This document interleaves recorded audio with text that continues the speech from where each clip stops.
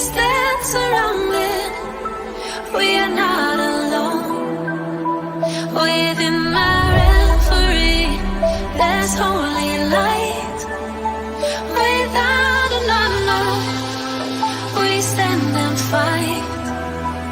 And north ignite. The world is cold.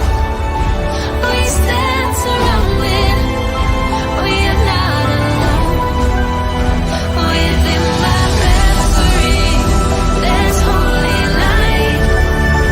Without an unknown, we stand and fight. Oh, oh,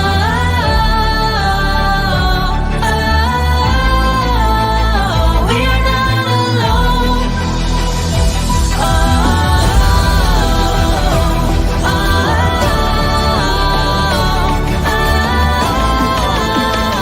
are not alone. Welcome back to our Thursday night show, Immortal Shadows. I am your host with the ghost, the paranormal pastor, Ezekiel Kincaid, and we are continuing our study in the book of Revelation. Bethany will be joining me here in a little bit. I see we got Dustin in the chat. Hey, buddy. Hey, BZ Collecting. Thank you for joining us on this lovely Thursday night.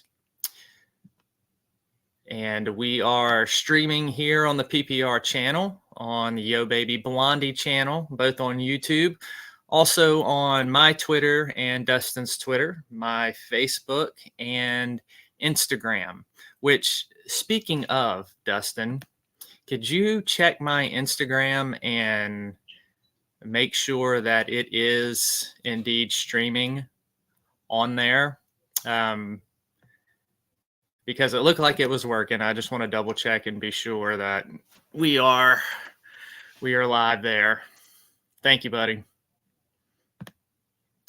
So this might be the last show of 2023. We are coming up on the end of the month. So unless we have something impromptu planned before the first of the year, this may or may not be our finale episode of the year. And we have had a fantastic year here on the PPR channel, 3 C's plus 1 Z. Okay, it's working. Thank you, Dustin. Hey, PW. We have covered a myriad of topics on this show. We've done several investigations, multiple investigations that we all got to be a part of. So it was just a good year all around. And, thinking back on this year, we started Southern Discomfort, I believe, back in April, I think, Dustin. And then we added Sunday Shots several months later, which morphed into Immortal Shadows. And Dustin, I was going back and just looking at all of the stuff we have covered in the amount of videos that we have put up and the content that we have all created and been involved in. And I was kind of blown away by how much we accomplished this past year. It's just been a team effort from everybody, from me, Dustin, to Vickie, to Tanya, to Bethany, also all of you in chat, the supporters that are here every week, like PW. Y'all help carry this channel with all of your support and promotion and participating and sharing and liking the videos and getting people to subscribe to the channel. Okay, so it was back in April. Yep, that's when Dustin asked me if I wanted to come on board, and I didn't have to think twice about that. But looking back, Dustin, at everything we've covered this past year, we had all kinds of paranormal discussions on Haunted and Beyond.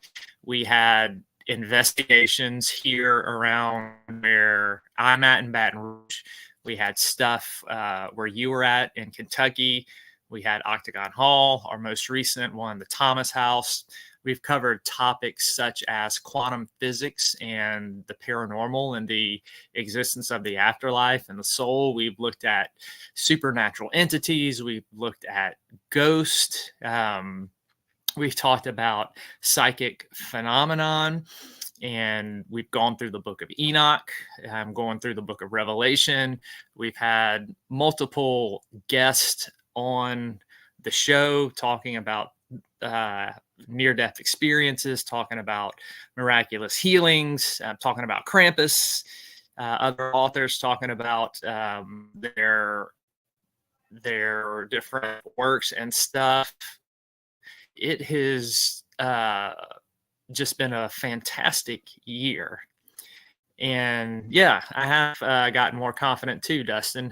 It's been a while since I've been able to do something like this. So it feels good to be back in the groove with it. So fantastic year in 2023. So I have high hopes for what we've got coming up in 2024.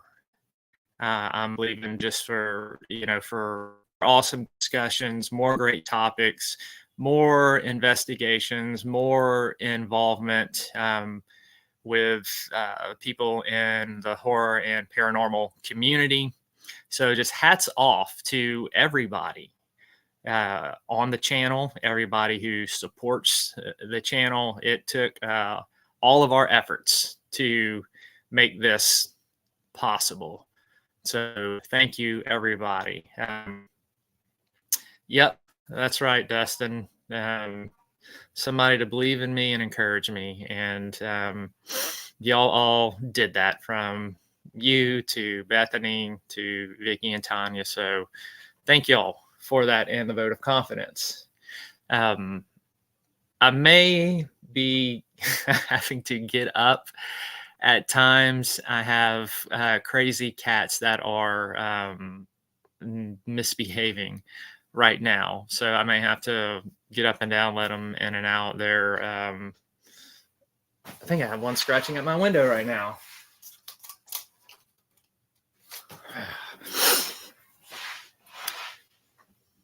And Bethany will be up here in just a little bit, but before we kick things off and get into our study for tonight, we are getting into the 7 trumpets of the book of Revelation. Just wanted to remind everybody that I have a end of the year thing going on with the Southern discomfort issues. Thank you, Dustin. I love you too, buddy. Hey, John P. Thank you for joining us in the chat. We are glad that you are here with us. But reminding everybody, now until the end of the year, all Southern discomfort issues on Godless are all marked down 50 cents now, every single issue.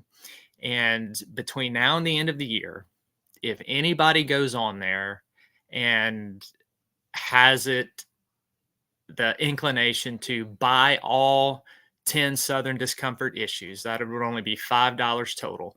And if you send me your proof of purchase to ezekielkincaid@gmail.com that you've bought all 10 issues, I will send you ebook copies of your choice. You can either have the Johnny Walker Ranger Demon Slayer series that I have out, or if you're into more serious, scary, unnerving horror, you can have my Dreadful Death 3-book series. So go on, Godless. If you end up buying all 10 issues, send me the proof of purchase and let me know which series you want. Dreadful Death or Johnny Walker Ranger, and I will send those to you. Here, it's a little bit of some of the Southern discomfort issues. Hey, Triple X lady. Thank you for hopping in here with us.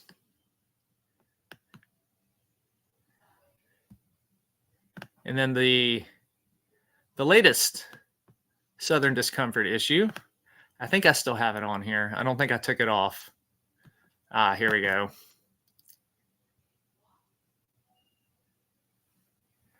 Let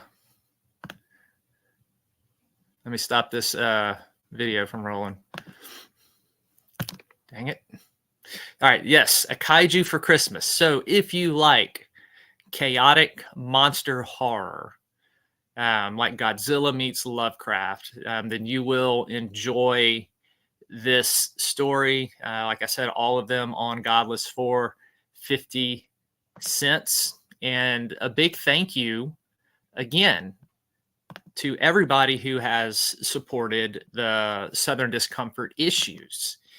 We ended up selling over 250 total Southern discomfort issues since the series released in March. That's been, a lot of those have been from people in the chat and watching the show. So again, a big thank you to everybody for all of the support. Now, as we move forward tonight, Emma is not going to be joining us, so I'm sad about that. She had a really long day at work, so she's actually crashed right now and asleep. So I would just kind of let her rest and go to sleep for tonight, but she will be back with us next week for Immortal Shadows, and hopefully working on a lot of new songs and writing some new songs. And I've been trying to encourage her to sing some of those on the show. So you might get to hear some Emma originals next Thursday night here on the show. So come back for that Thursday night. I got anything else, Dustin, that I might be forgetting about as far as announcements go? Anything we need to wrap up at the year's end here?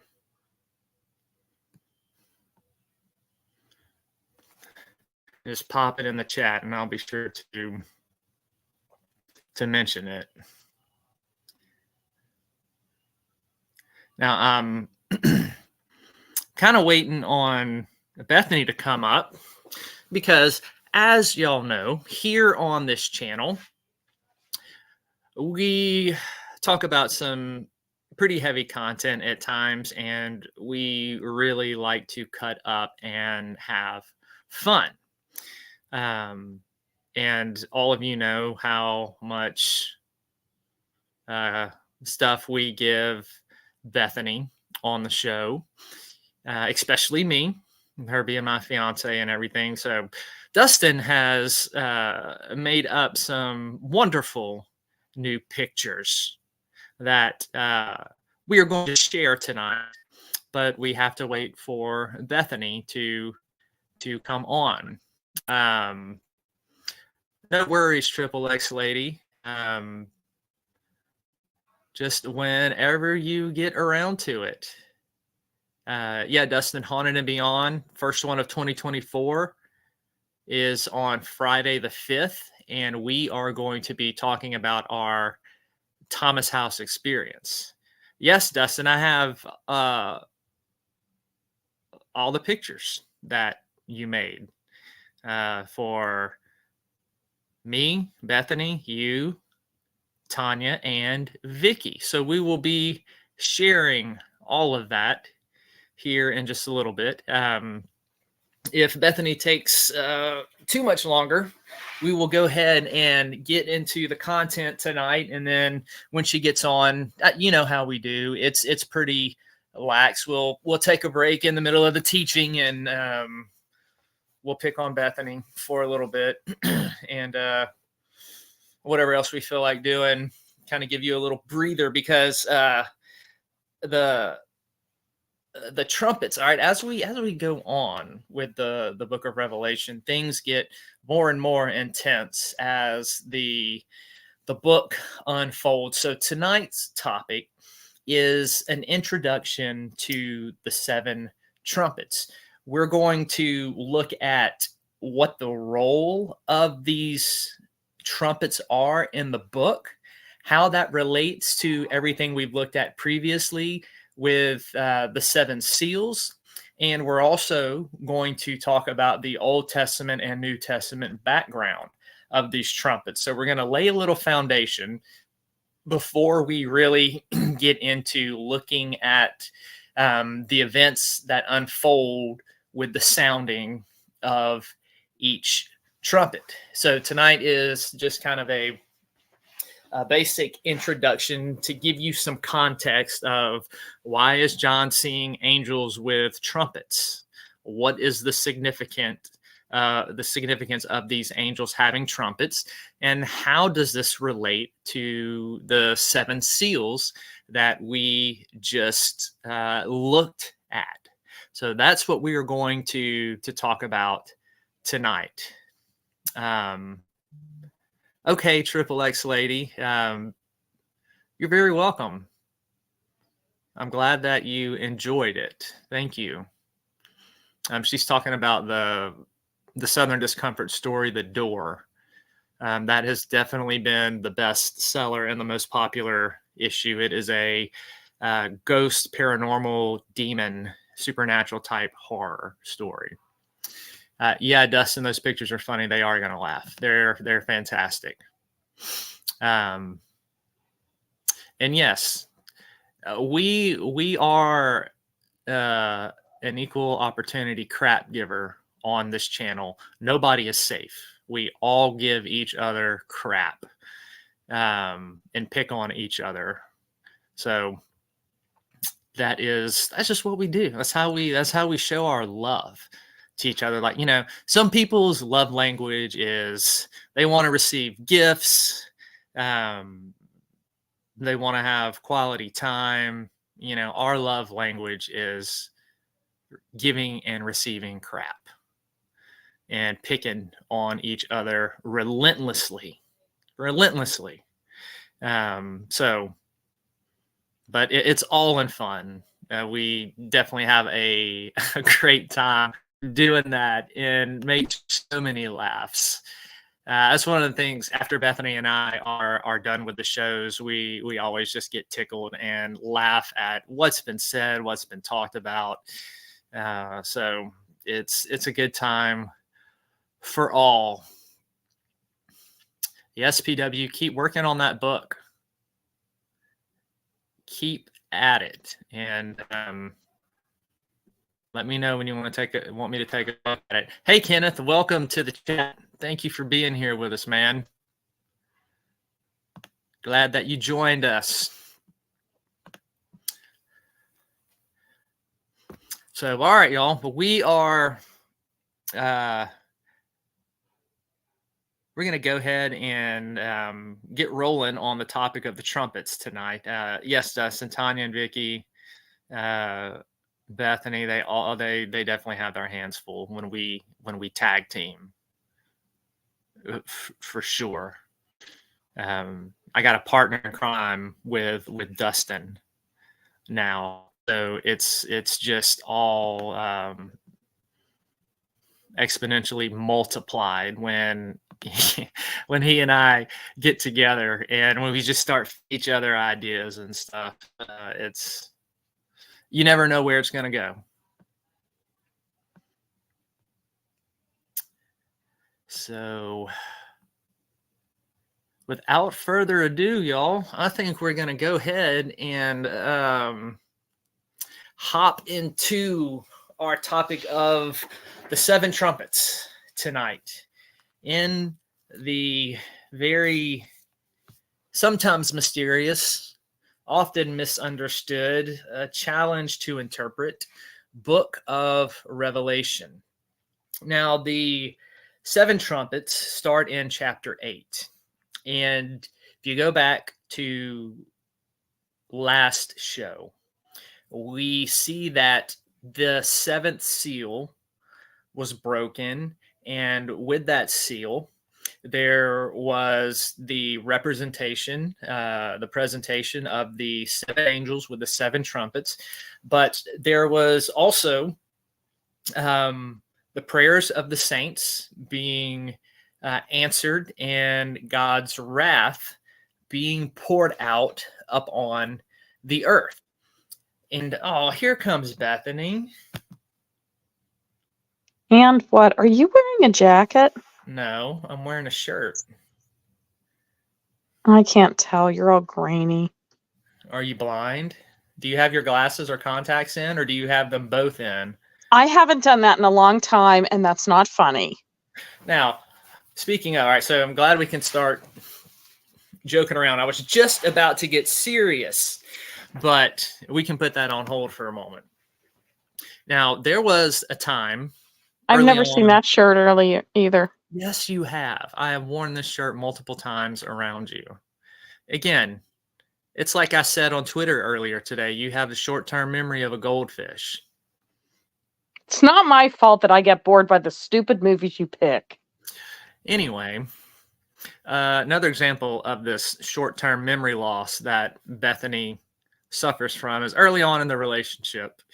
She was telling me, "Oh, Zeke, I don't know what's wrong with me today. I have a bad headache and my vision is blurry." And she's like, "I think I might need to go to the doctor," because it lasted all day. Well, at the end of the day, Bethany, what did you discover? That I am a very overworked single parent. And I had put on my contacts and my glasses as well. Yes.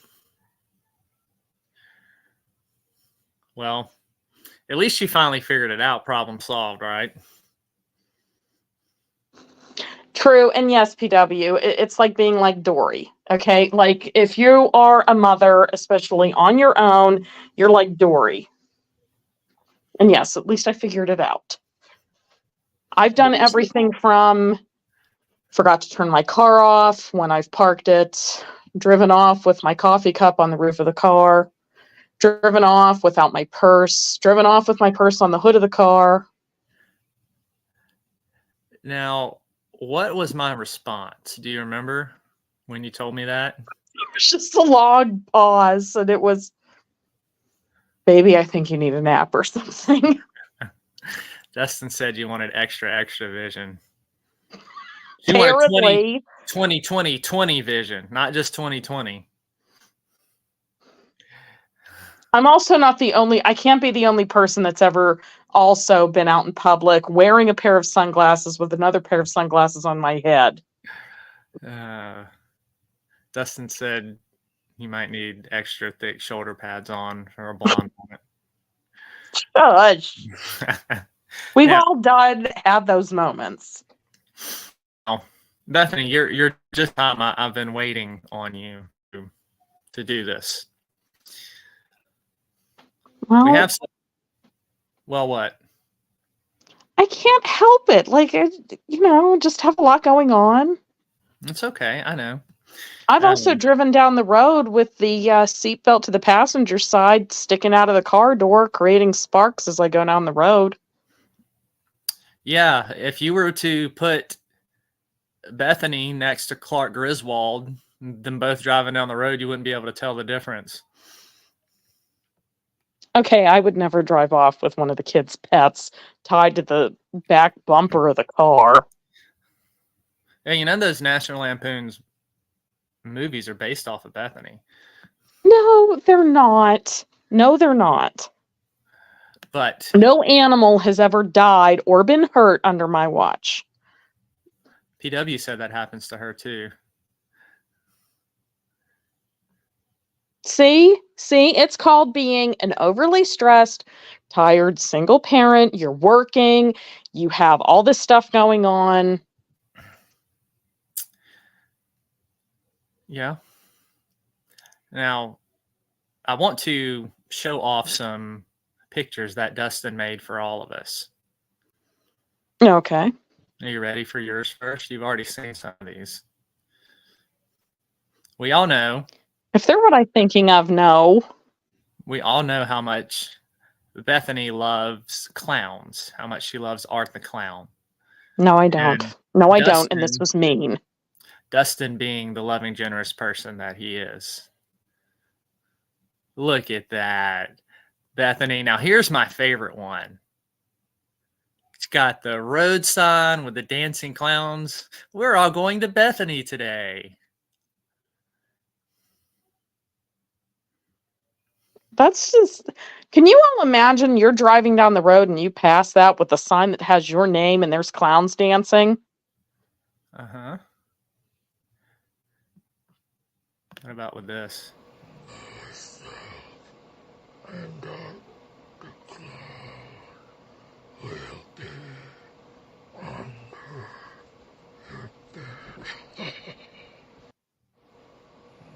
Okay, and I'll have you know, I'm starting to have nightmares of serial killers thanks to both of you. Oh, you hear that, Dustin? We've gotten That's into her dream. mean.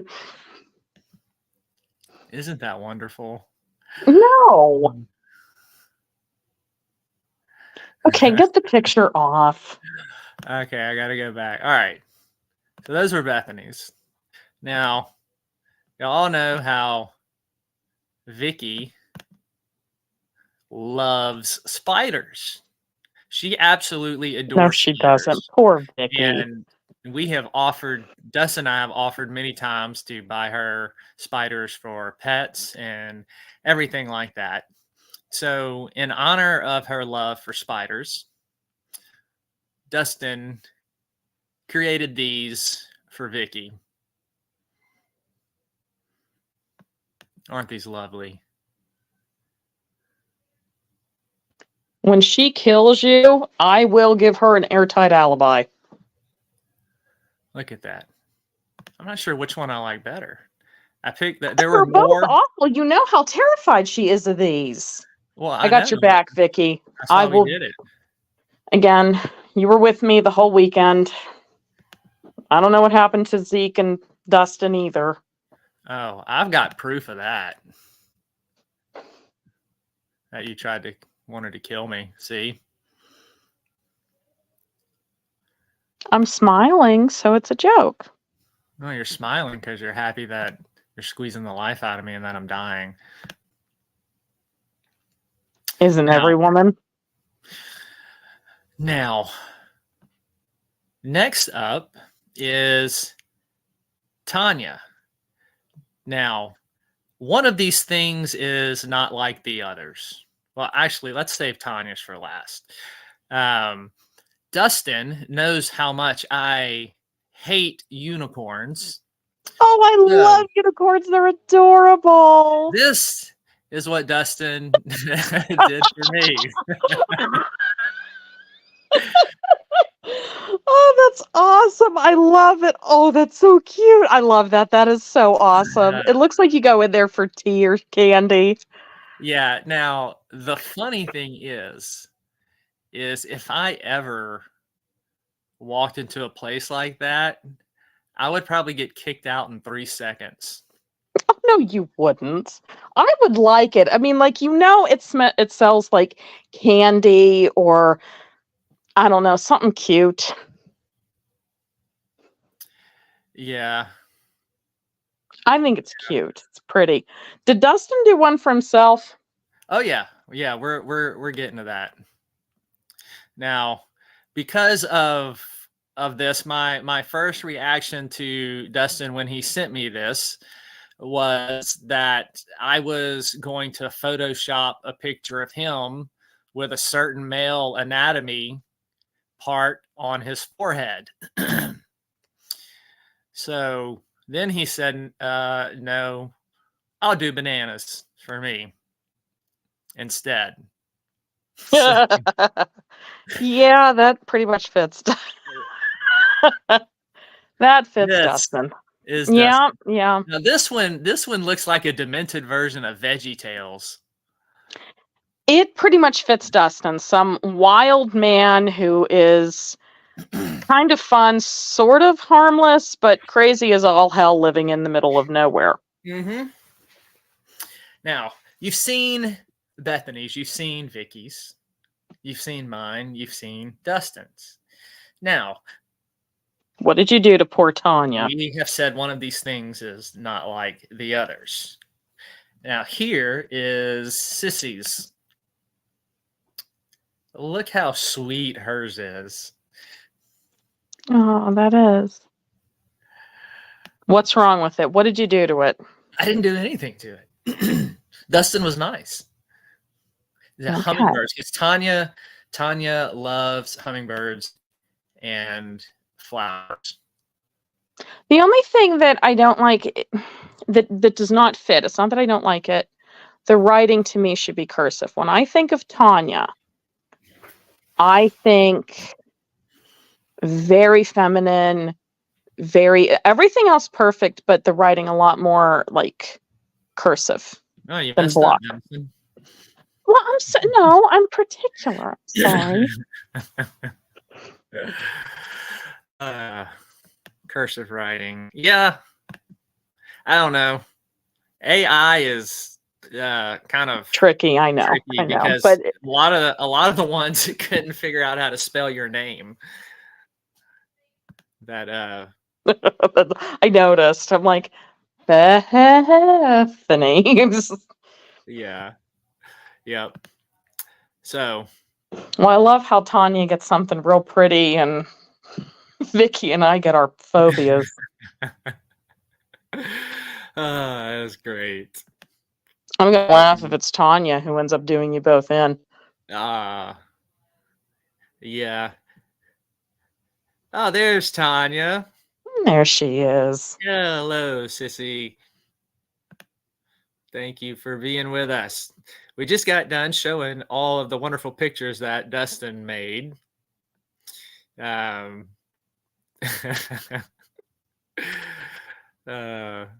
said she doesn't understand Bethany. That was fun. All right. I think I'm ready to transition to being serious. If you say so. I think I'm getting in that mindset. So I can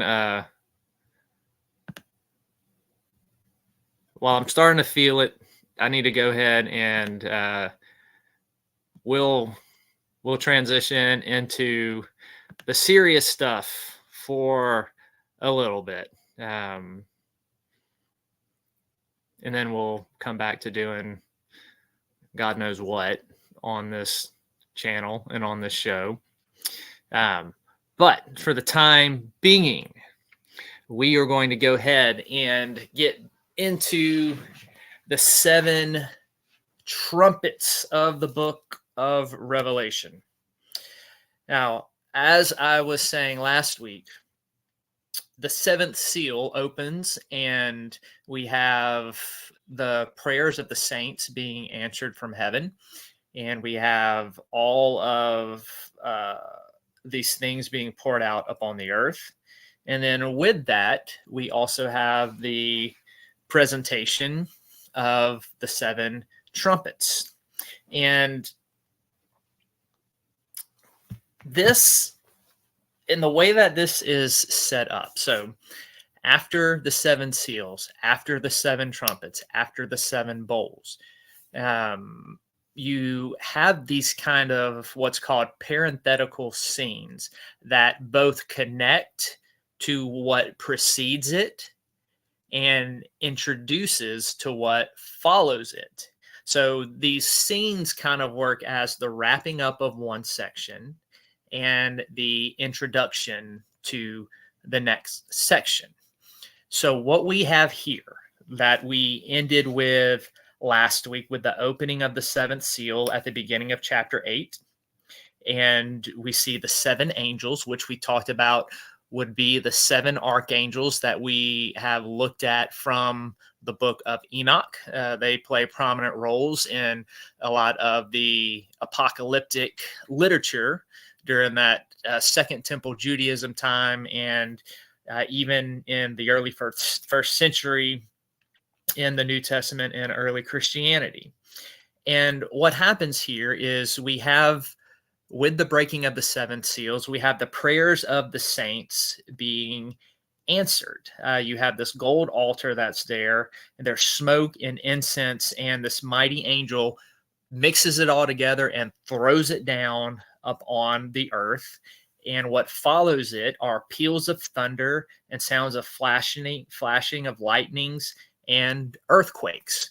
Now, this language right here that we see in this part of chapter 8 with thunder, sounds of flashes of lightning, and earthquake, these are always representation of a cataclysmic judgment. And we talked about how the 7 seals lead up and progress, and they kind of end with a final judgment, the second coming of Christ. And we've looked at chapter 6, where you have the cry of the martyrs. I think it was the breaking of the fifth seal, or the 6th seal. The crying of the martyrs, how long, O God, till you avenge our blood? Then chapter 7, we see all the saints around the throne. We had the marking and the sealing of the 144,000. And so we get into the breaking of the 7th seal and preparations for the trumpets. We see the prayers of the saints, their prayer for vindication upon the earth of their persecutors is answered. And this cataclysmic thing happening in heaven, bringing down all of this judgment and wrath of God onto all the evildoers on the earth, is meant as the final judgment. So we have this parenthetical part that wraps up the 7 seals and ends with a climactic judgment. Now, those who say that the trumpets are a chronological continuation have a huge textual problem, because in the seals and with this last judgment, it has shaken and wiped out creation. But then when we get in the trumpets, all of a sudden we're seeing a third of the seas being judged, a third of the land, a third of the people. Where did all this come from? So the trumpets are meant to take us back and give us more insight into what is going on with the 7 seals. And it's kind of like taking us to a deeper level. And if you remember, the first 4 seals were the 4 horsemen of the apocalypse. And we looked at that. And then the 5th seal was the cry of the martyrs. And then everything else after the 5th seal was in preparation and answer to their prayers. So what's happening here with this parenthetical statement that is connecting us with this, the prayers of the saints being answered with the wrath of God falling down from the heavens, it's taking us back and connecting us to these last few seals, but it's also connecting us to the 7 trumpets and what is coming in this vision. So all of this wraps together nicely to show that the 7 trumpets are also God's answer to the saints' prayer of vindication. So it's taking us back to the 5th seal that has been broken and the martyrs are crying. So these 7 trumpets kind of coincide with especially the last several seals. Are y'all following me? So this is how they go together. They're kind of circling back around. These things aren't meant to be taken in chronological order. It's not like you have the 7 seals have been broken chronologically. Then you've got the seven trumpets in chronological order and then the seven bowls. No, it's cyclical in how it works. It keeps taking us back around to these judgments and intensity that are going on in the tribulation period. And we talked about how the tribulation period is has already been inaugurated through the death and resurrection of Christ. We have been in the tribulation period since the resurrection of Jesus. We've been in the last days since the day of Pentecost, when the Holy Spirit was poured out.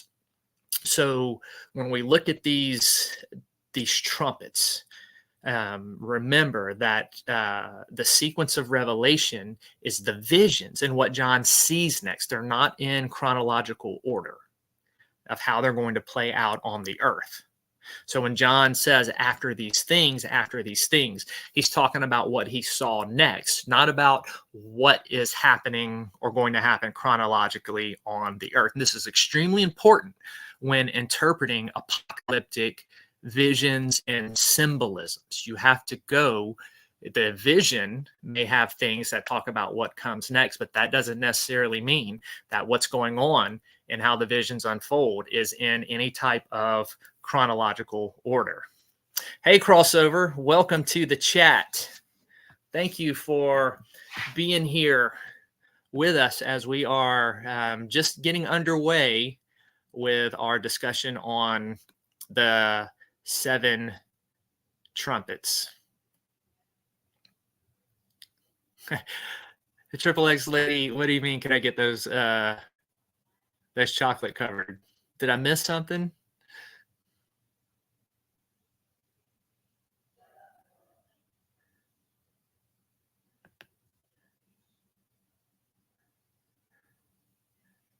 Let me go back and see if I missed something in chat.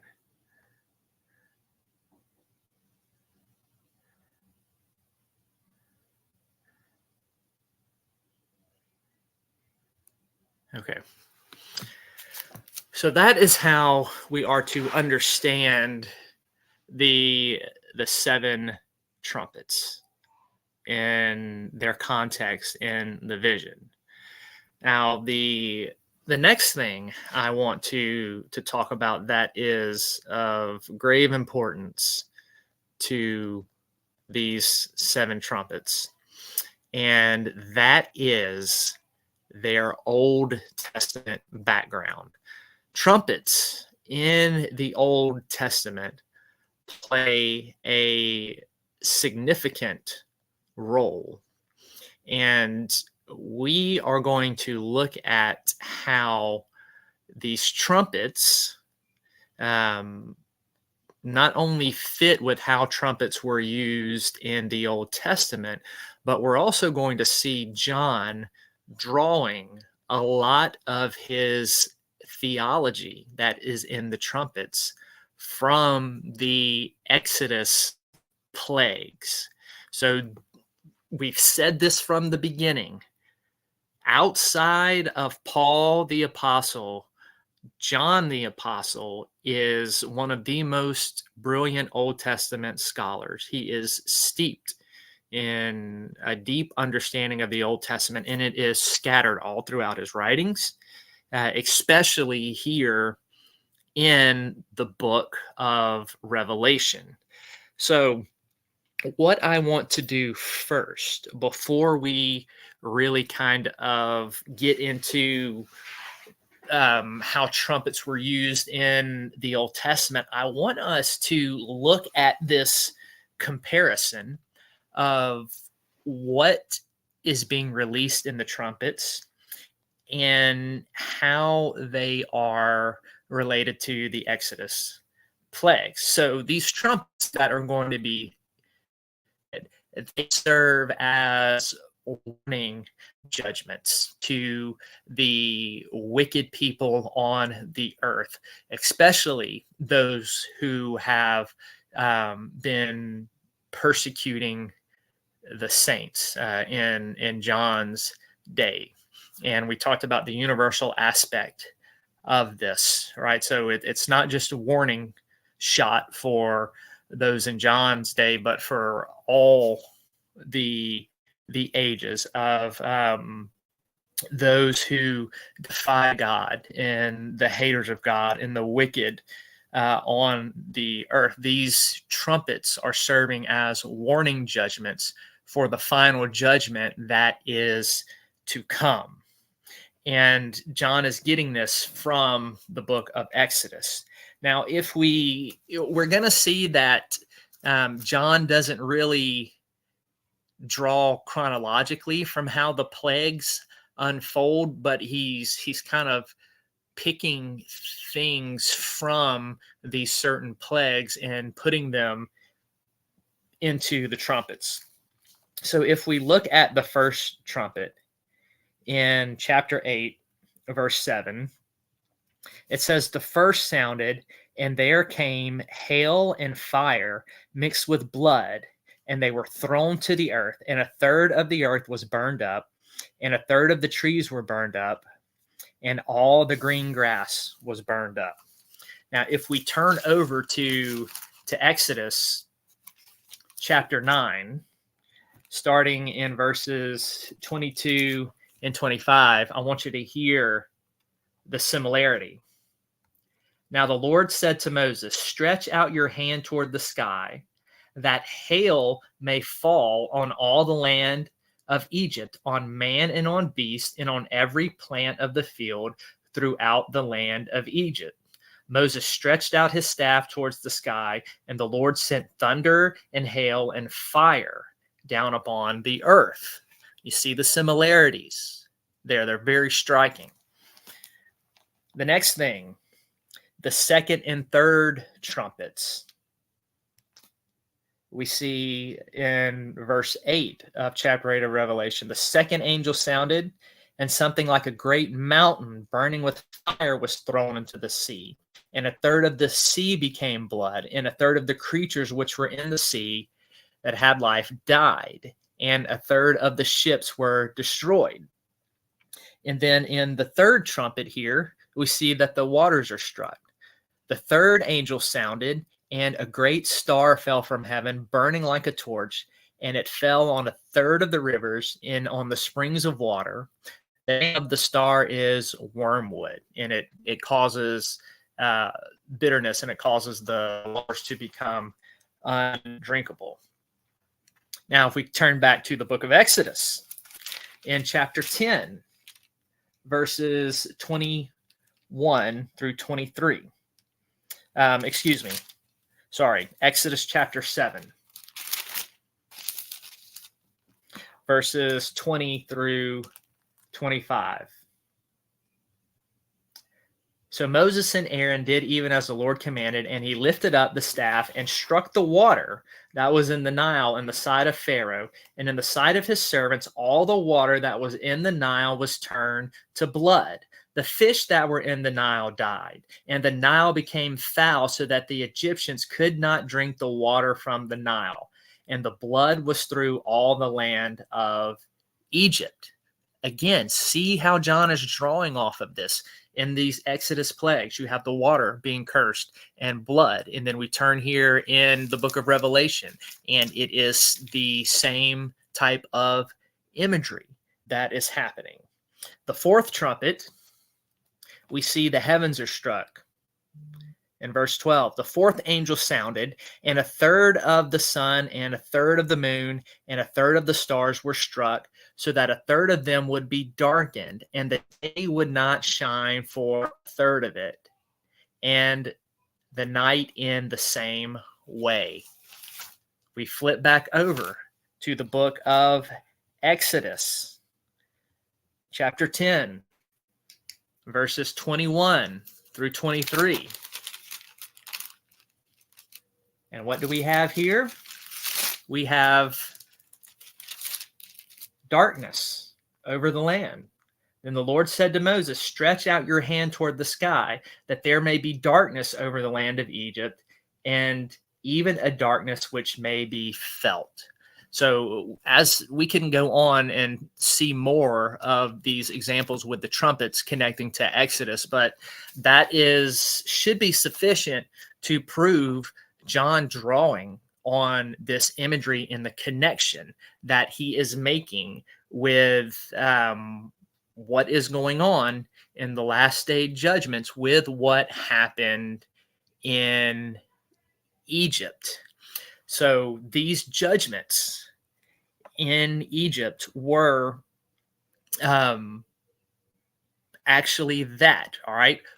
For those of you who may not be familiar with the Exodus story, you have Moses and the children of Israel are oppressed under Pharaoh. God keeps telling Pharaoh to let his people go. Pharaoh continues to harden his heart.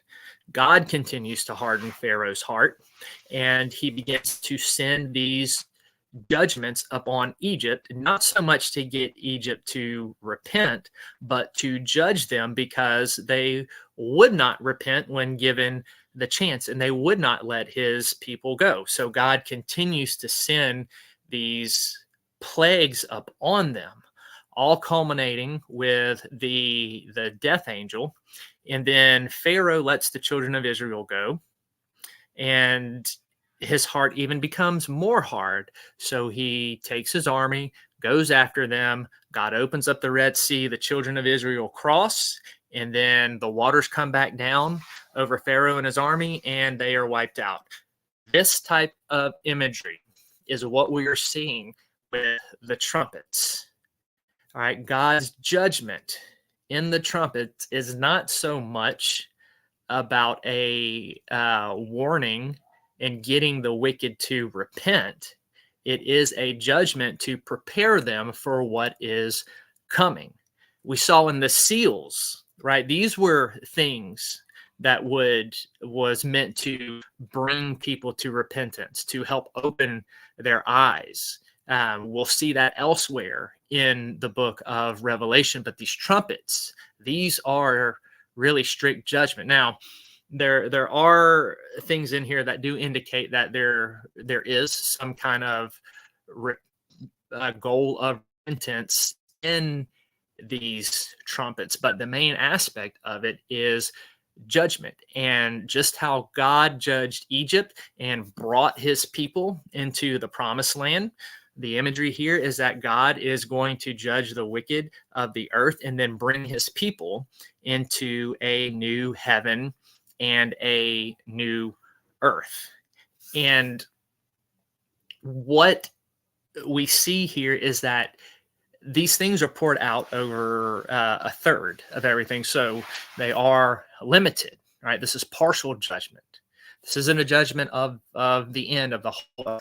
This is birth pangs for what is coming, and it's meant to awaken. And these judgments, they affect everybody. They affect the wicked and the righteous. And as we have talked about, these type of things are meant to purify the faith of God's people, and at the same time work as judgments on the wicked and those who persecute God's people. And we've looked at this aspect of overcoming through endurance and how Jesus overcame by enduring suffering. And this is the imagery we're going to find all throughout the book.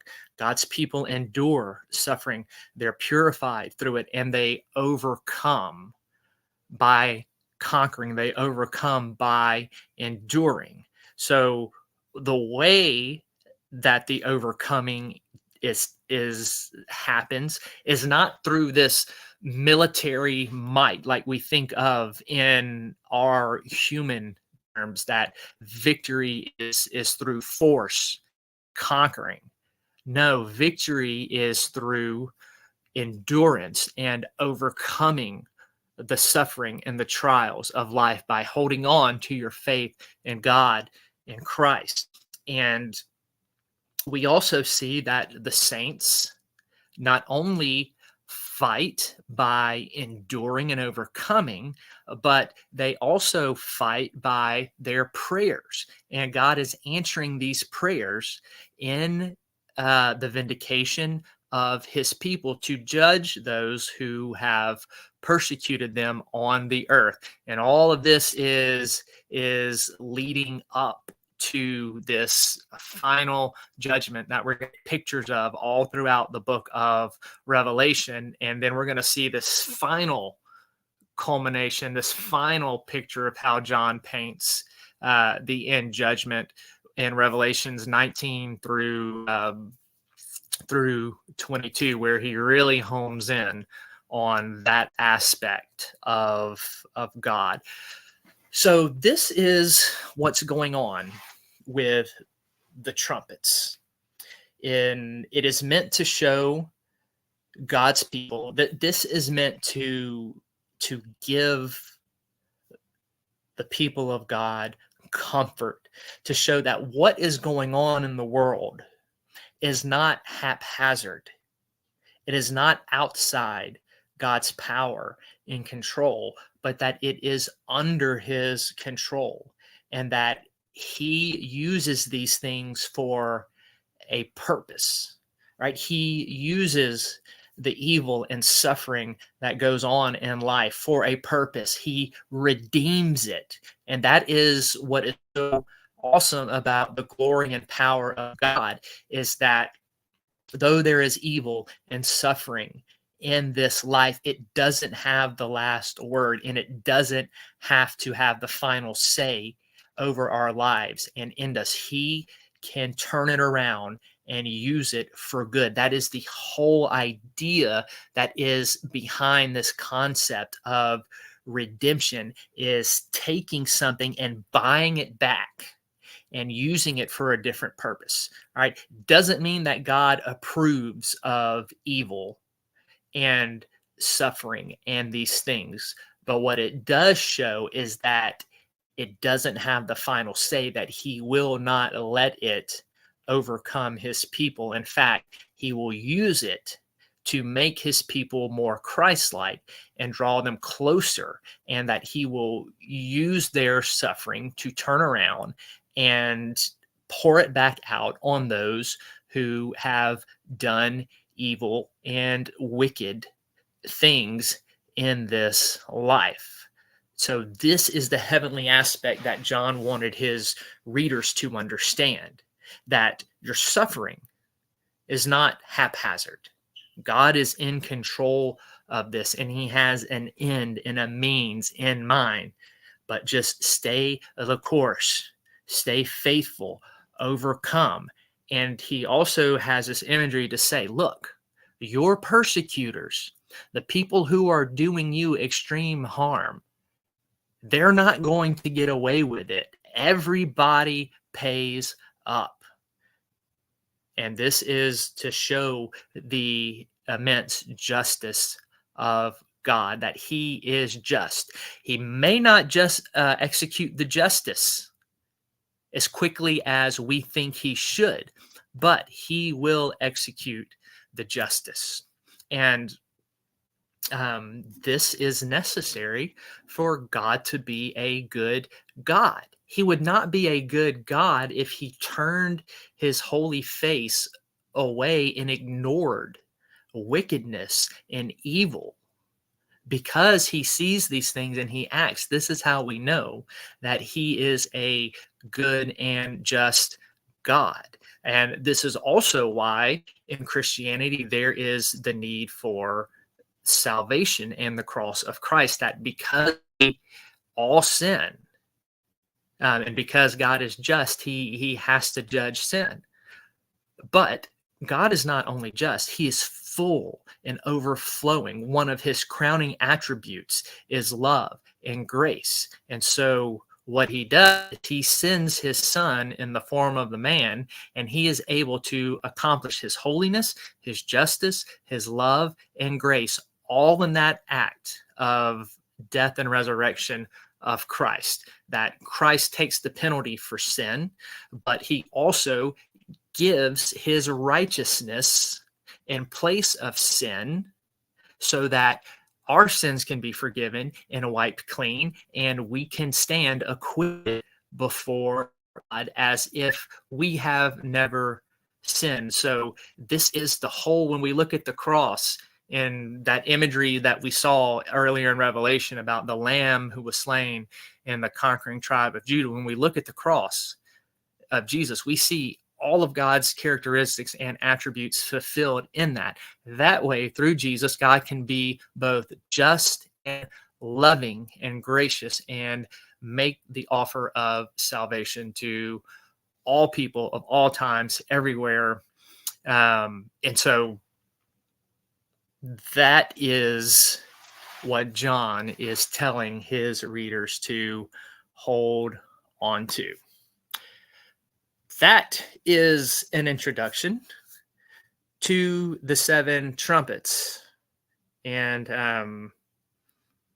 I think my serious meter has reached its end, Bethany. You still there, Blondie? All good things must come to an end, huh? Yes. Now, if anybody has any questions about that, be sure to put that in the chat, and we'll kind of just get to those as we go along for the rest of the show, back and forth, whatever we decide to do. But next week, we're actually going to go through the trumpet judgments and look at each of them. So we'll probably have a couple more weeks on the trumpets. And then we got some more parenthetical images and things that come up before we get into the bowl judgments. So, but yeah, PW, and that's okay that it is new, right? That is the point of the show. We cover a variety of different topics. Like Thursday night, we're going through the book of Revelation, and then Tuesday is flip to the flip side. We're going through the book of we're going through the 13 gates of the Necronomicon. So everybody who comes into the show with whatever series that we're doing, some people have a lot of familiarity with the stuff, and some people may not. And that is why we do what we do. It's good to be well-rounded in things, and the broad topic of the paranormal includes so many different aspects. So we want to make sure that we're hitting everything on that. So, okay, Dustin, you coming up? Yeah, I'm kind of done with the teaching, man. Just letting anybody think, or if they have questions, to go ahead and put them in the chat. So if Dustin is coming up here, Bethany, that means there might be something for you. Why for me? Why would that be your go-to? I don't know. Oh, look, he changed the background. So it changed before my eyes. There he is. There he is. Let's wait and see.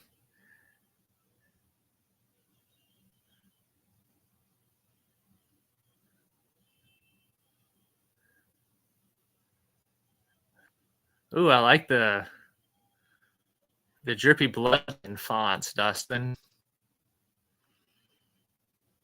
You see that, Bethany? Yeah, I'm looking at it. I like it too. All right. That looks a little more sinister and violent, Dustin. There we go. PW, my favorite angel. Let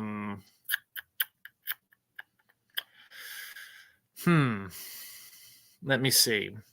Who is my favorite angel? Let me think about that for a moment.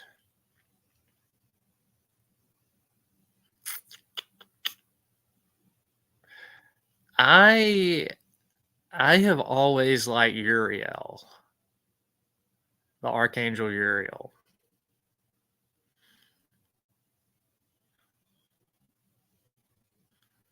So I would have to say possibly that one.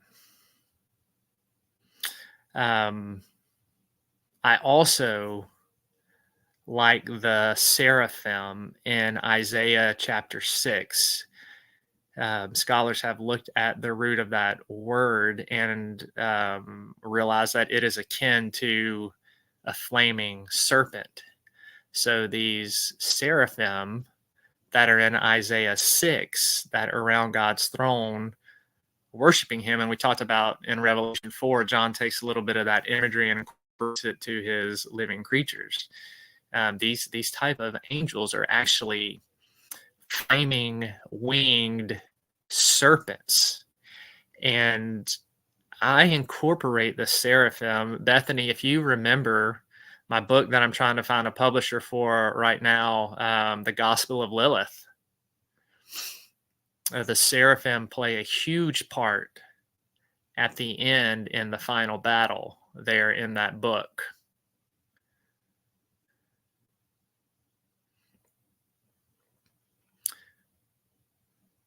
Blondie, where'd you go? She dropped off.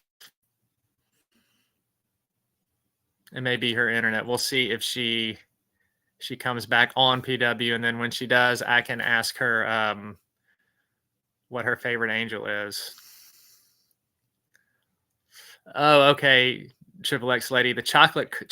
They came in chocolate covered spiders. Now, Dustin, we did have a picture of the fried tarantulas. Let me see if it's still on there. I had to remove some stuff to put some more pictures on there.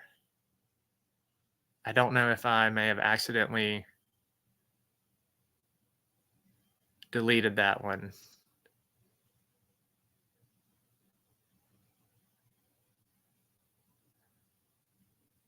I'm not sure if I'm just missing it or what, but let me bring Bethany back up here. Sorry, it crashed. That's okay. PW was wanting to know what your favorite archangel was, or who your favorite angel was, if you had one.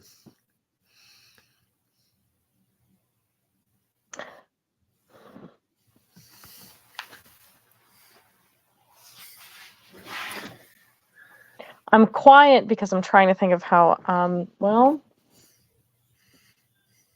I admit my my relationship with spirituality has been a bit,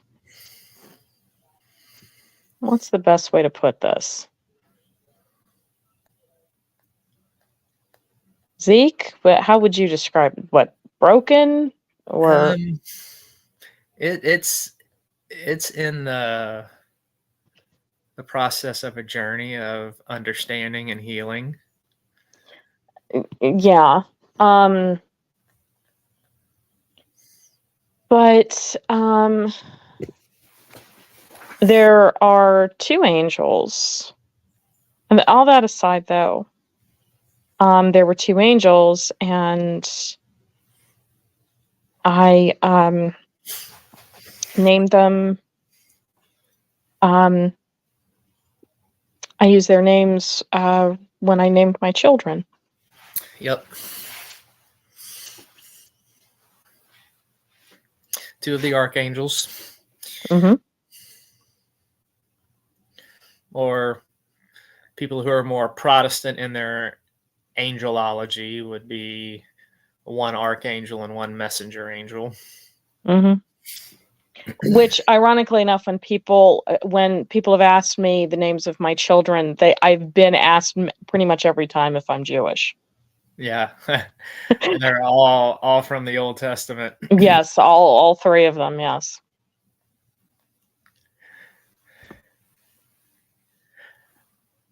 Dustin likes Raphael because he's a Teenage Mutant Ninja Turtle. Raphael's another cool one. He's probably my second favorite Archangel. And then, of course, PW said Michael is most people's favorite. He definitely seems to have kind of more of the leadership role among the 7 archangels, for sure. Now, I was raised Roman Catholic, and Michael was usually associated with soldiers, police officers, usually who you would pray to for strength when going into battle of any kind, so forth. Yeah. And then my dad's family was Orthodox. Mm-hmm. And it was pretty much the same thing. Yes. I know. I remember, baby. I remember you telling me all this. Mm-hmm.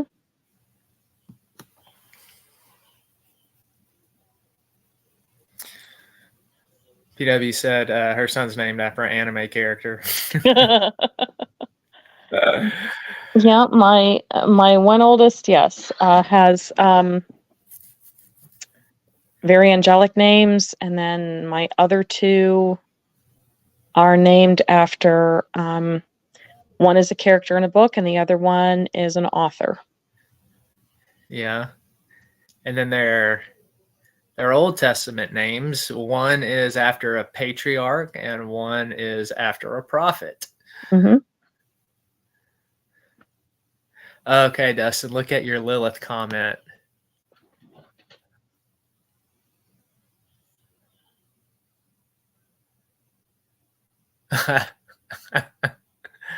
Dustin said Lilith is sexy. He'd tap that.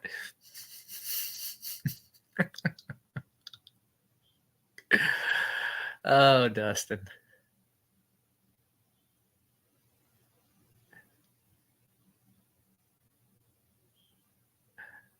Let me make sure I haven't missed anything in the comments. Okay.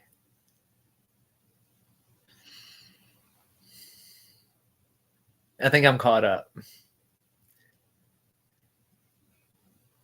Wait, Dustin, I'm scrolling back here. I've seen your comment about the Vienna sausages. What did I miss? Were we just talking about when Triple X lady was talking about the chocolate covered spiders and you were bringing up the Vienna sausages? Oh, you're welcome, Triple X lady.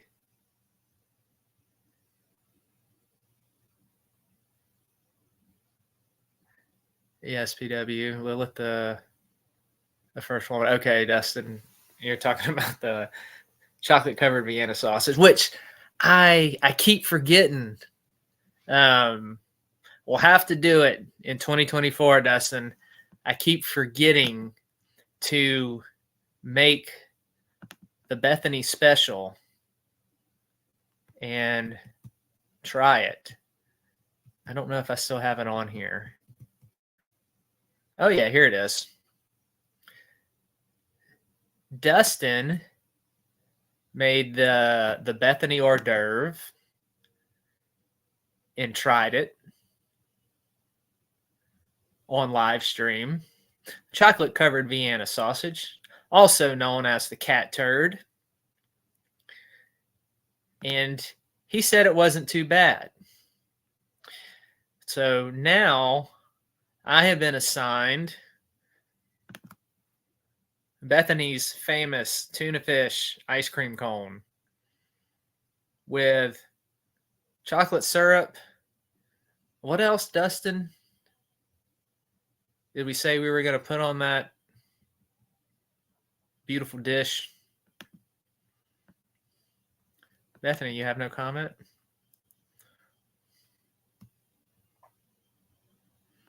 Bethany is speechless right now.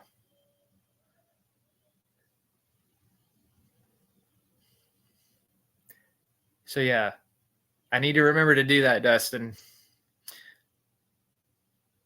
It's tuna fish ice cream cone with chocolate syrup, whatever I want. Yeah, but I thought we came up with something else to add to the chocolate syrup that was pretty nasty, and I can't remember. I should have written it down.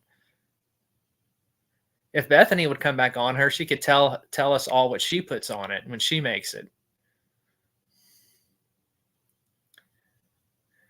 Yeah, I don't remember either, Dustin.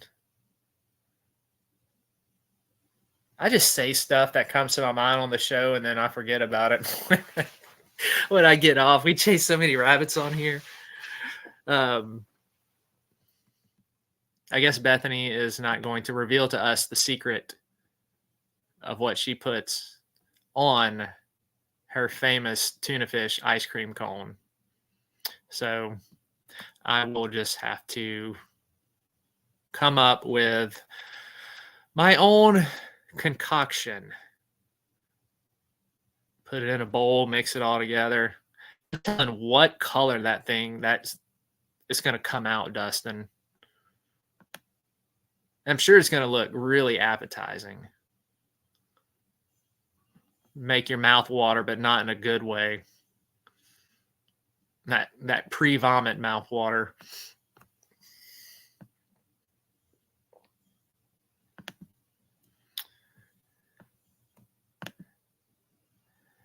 Bethany.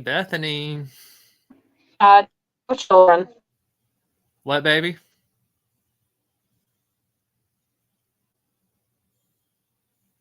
I didn't catch that. Well, I think she is occupied, or her internet is in and out. But we'll go ahead and start wrapping things up for tonight. Just wanted to remind everybody again, for those of you who missed the beginning of the show, I still have my special going on with the Southern discomfort issues. You can get any of the issues for 50 cents. So if you go on there and you see some you like or you haven't read yet, go ahead and grab those. But there is also the special that I'm running for anybody who buys all 10 issues of Southern Discomfort. They're 50 cents each, so that's just $5. And you email me your proof of purchase at ezekielkincaid@gmail.com. Then I will send you your choice of my Dreadful Death series, which is my really terrifying possession, paranormal creature horror, or my hilarious Johnny Walker Ranger Demon Slayer series. So that is the special that I've got going on until the end of the year. I should make a shirt, PW. Paranormal Pastor and Bride. Let's see if Bethany goes for that. Thank you, Triple X Lady. I really appreciate that. I'm very glad that this topic of discussion was helpful for you tonight. Thank you for sharing. Thank you for listening. Bring Bethany back up here. Sorry about that. Now, why were you putting up fake recipes that I never made? Oh, we were talking about Bethany recipes and how Dustin tried your hors d'oeuvre of the chocolate covered Vienna sausage, and how I keep forgetting that I'm supposed to try the tuna fish ice cream cone. I didn't make that. You know that. So I gotta remember. Maybe we'll do that to kick things off in 2024 for Southern Discomfort. You know what? Keep it up, and I will make some of the dishes that my great-grandparents would make, and my grandparents, the stuff that I know you're not going to like. It can't possibly be worse than anything you make right now. You really want to test that theory? Yeah. And PW says that we should make a shirt that says the Paranormal Pastor and His Bride. And we could put that picture of you choking me on it. Thank you, PW. Yeah, PW. Fresh ideas. Yes, actually, it was a barbecue Jello because Dustin said a Jello meat pie. Oh, okay. Yeah, Dustin to Jello meat pie. That's kind of along the lines with your barbecue bean stuffed donuts. I didn't do that. I wouldn't do that. That's something you would do. No. Just wait. I'll every time she starts serving me stuff, I'll be sure to snap pictures and put it on the show like I did with everything else. I don't know. The worst thing I saw, it was called a Don't Kiss Me sandwich, and it was peanut butter and onions. That is an interesting combination. Yeah. I mean, the peanut butter and bacon sandwiches, those actually, my understanding is they're pretty good. Well, they're good enough for Elvis. They're good enough for me, baby. Right. I'll fire up the Cadillac. Jello, sardines, bananas, and eggs, Dustin says. Jello, sardines, bananas. And eggs. Why would you come up with that? Like, what is this? I don't know. Dustin said you texted him that. He was asking you for cooking ideas for like stuff because he was going to a Christmas party and had to bring something. And he said that you told him to bring Jello, sardines, banana, and eggs mixed together. Look, Jello and bananas are fine. Eggs and sardines, I'm sure would work. But not all four together. Dustin, why did she tell you to mix all those together? Man, some of the recipes, okay, some of the things my dad liked. My dad and my brother both loved sardine sandwiches, pickled pork lips, pickled pig's feet, those god-awful little Vienna sausages that, that Dustin dumped in chocolate. He came up with that on his own. No, I already showed the picture where... No. All right. It.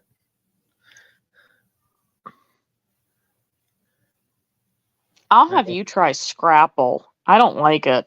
I've played that game before. It's fun. Not Scrabble, Scrapple with a P.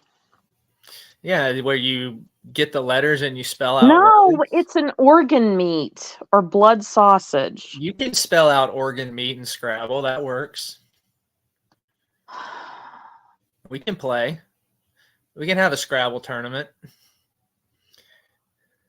You're doing this on purpose, and I hate you. But it's a game. Everything's a game to you. Do you like try to eat the wooden pieces?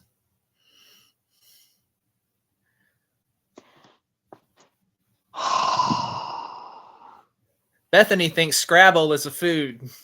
No, Scrapple. Scrapple. Scrabble. Sheep's head stew is another one I could make you. Oh, PW says we should have a paranormal quiz game. I'll come up with There you go. I'll come up with the questions. Oh God. What would be one of your questions? I'd pull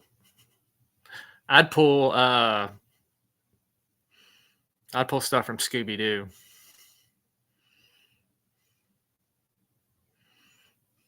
Okay, all right. No, I would pull the obscure ones. Something like in the movie Creep Show, what was the name of Leslie Nielsen's wife?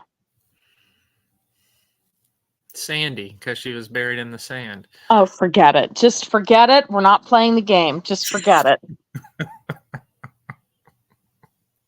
You are like the epitome of dad jokes. You purposefully do stuff to annoy me. It's not even funny. It's just stupid and annoying. And it's all meant to just aggravate and irritate me. Look how Ugh. fired up she is. She wonders why I keep doing this. I get a rise out of her.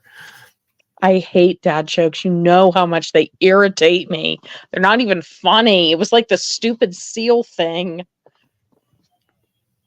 It was funny. Made for a No, lot of it laughs on the show.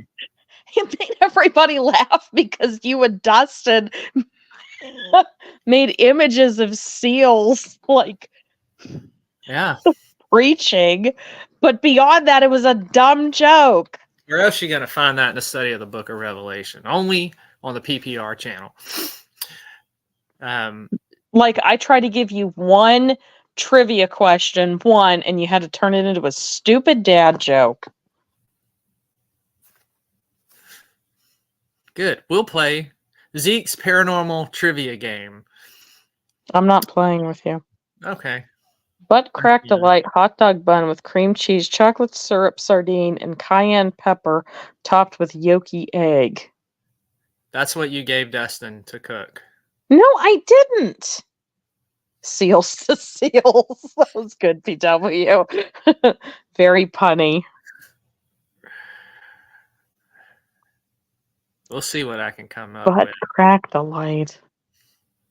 Is that it can't be any worse than Turkish delight.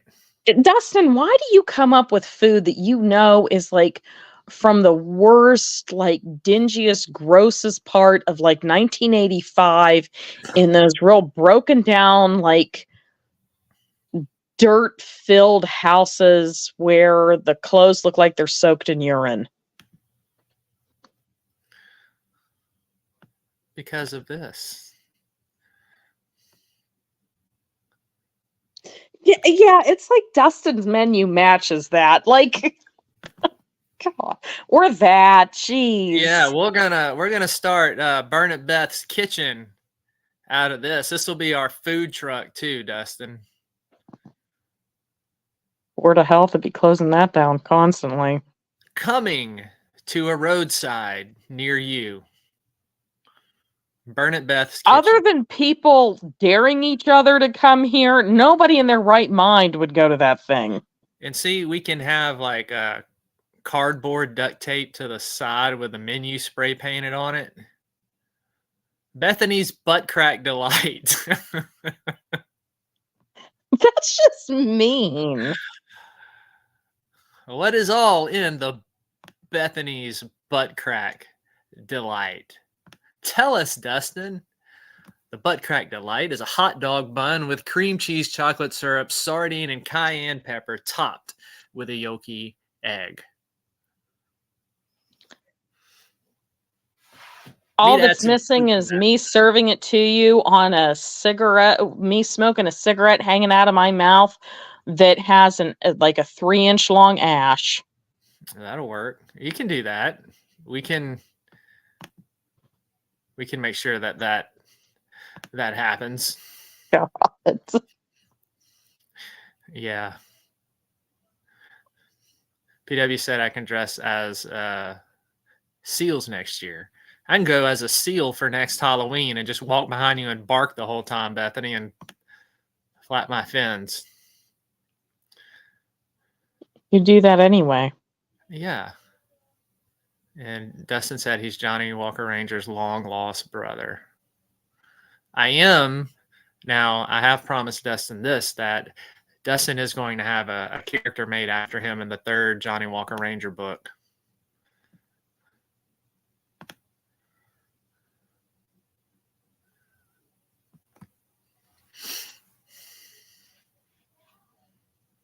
I could see that. Yeah. It would fit. And you got to put in. How would you put in Tanya and Vickie?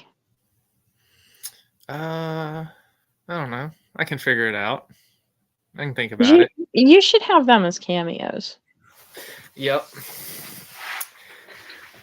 A Triple X lady butt crack. Bethany's butt crack delight. It's a dish that Bethany came up with, and Dustin put all what it includes there in the chat, and we're going to start serving that in No, we're not. roadside food truck that was just up on the screen a few minutes ago. Yep, apparently I don't know how my butt crack got. Well, because butt crack starts with a B, Bethany starts with a B. You put it together, it's got a nice little ring to it. Burnett Beth's butt crack delight. There we go. Today's special. God. $3.99. You know what this reminds me of? It may as well. This is like the when we were growing up, the Roadkill Cafe menus. You remember those? Yeah. Yep. Dustin said he sent you a seal sound, Bethany.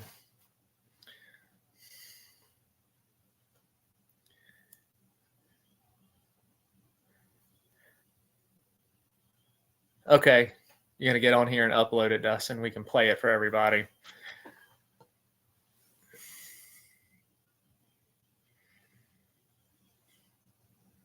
You know, Dustin, only you could make a seal sound like some kind of nightmare that's lurking under my bed and getting ready to eat me alive in 2 seconds. Yeah, it's what we talked about on the show that time, rabid seals, like zombie seals. He ruined it. He took cute little seals and made them horrible, which I still love your unicorn. Why don't you have that photo up for you? You should have that as the background. I don't know. It's not uploaded in background photos. It should be. It's so cute. There should be glitter and sparkles. Which one? That one or this one? This one's more obnoxious. I don't know. Go back to the first one.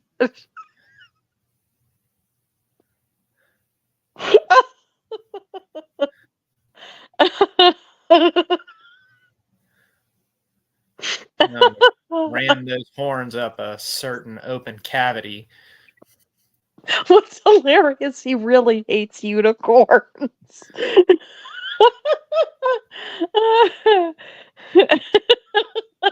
There we go.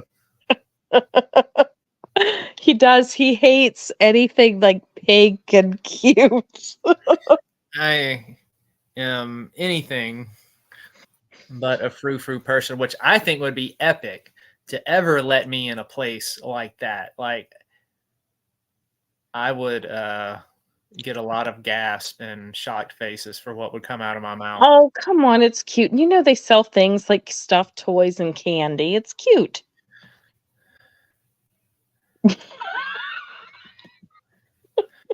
Okay, that's just mean. All right. And I love how my name is misspelled. Dun, dun, dun, dun, dun, dun, dun, dun. That's horrible. That looks like something I would see driving at night. And I have to drive past them. Yeah, they got a road sign going to your house. That's not funny. I hate those things. Okay, Dustin has uploaded. Let me go scroll and see what we have.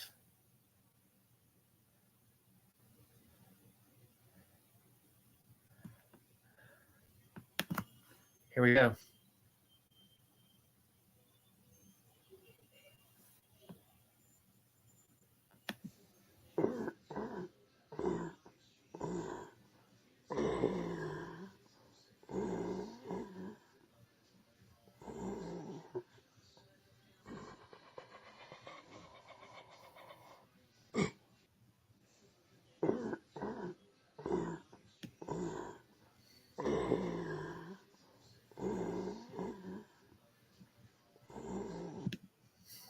Demonic seal. Yes, everything he sends me sounds terrifying and demonic. And poor Yeah. Vickie. We got to put that on your ringtone. No. Ugh. I hate the clown thing. Yours is funny. It's so adorable. Oh, you're welcome, Triple X Lady. Triple X Lady said, I love Dustin's spelling. It's a secret code to decipher. Oh, we're glad you're having fun, PW. We are too.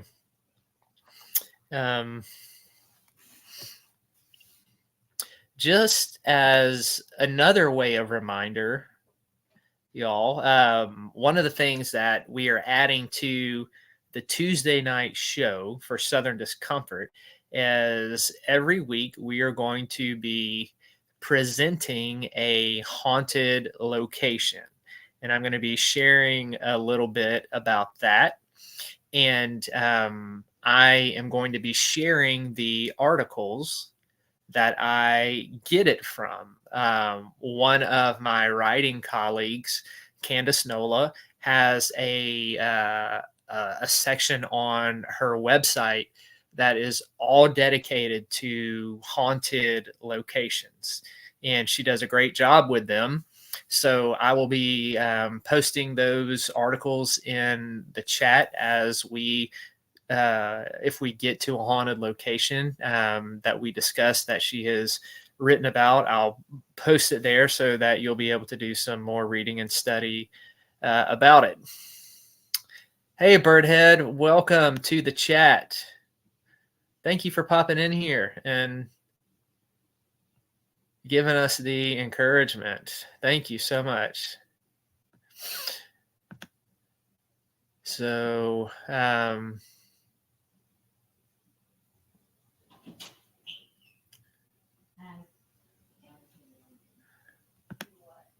make sure. PW, what were you saying? You sound like a squirrel, PW? Or were you saying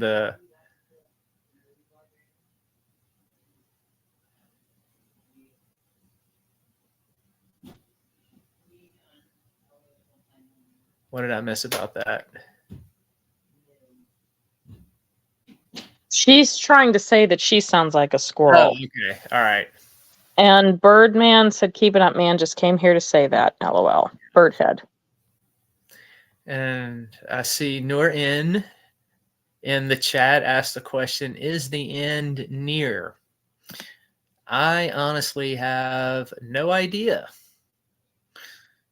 The answer to that question, Jesus says, no one will know the day or the hour of the Son of Man's return. My understanding, all of the necessary signs have been fulfilled, and that was all fulfilled with the destruction of the Jerusalem temple, and we've been in the last days since the resurrection of Christ, and could come at any moment. So I do not know how close we are to the end. I just know every day brings us another day closer.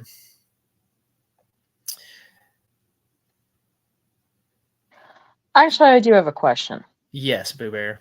Which part of the book of Revelation do most cult leaders bastardize and manipulate to use as a fear tactic?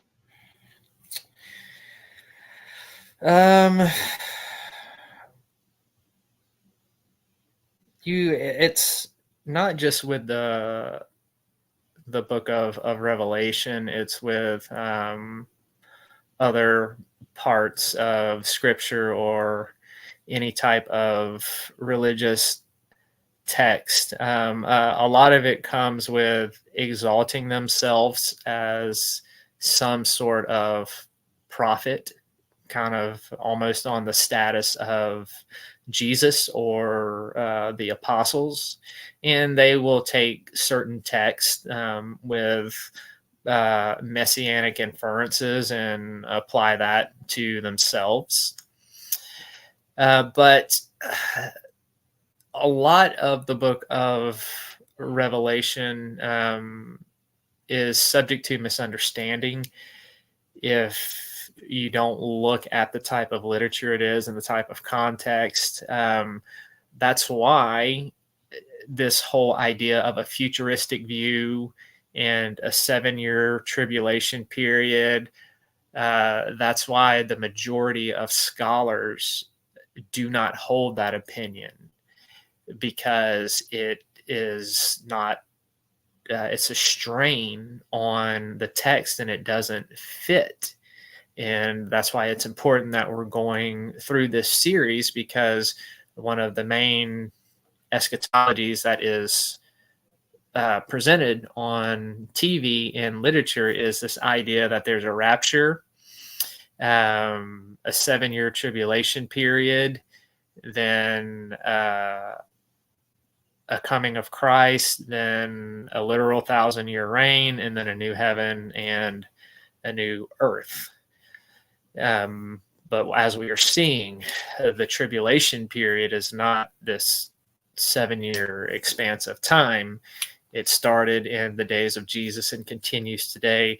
The book of Revelation is not all futuristic. The only futuristic aspect to the book of Revelation is the second coming of Christ, which hasn't happened yet. And we'll see more of that as we go along.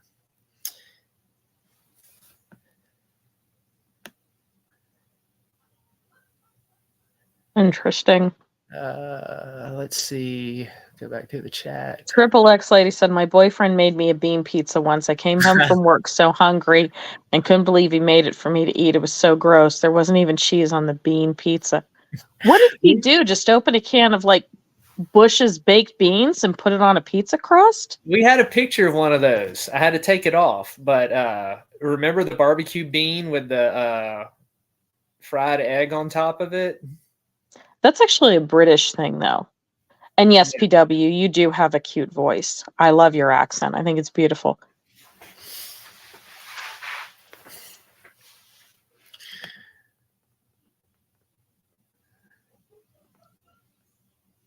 Yes. I see PW saying that.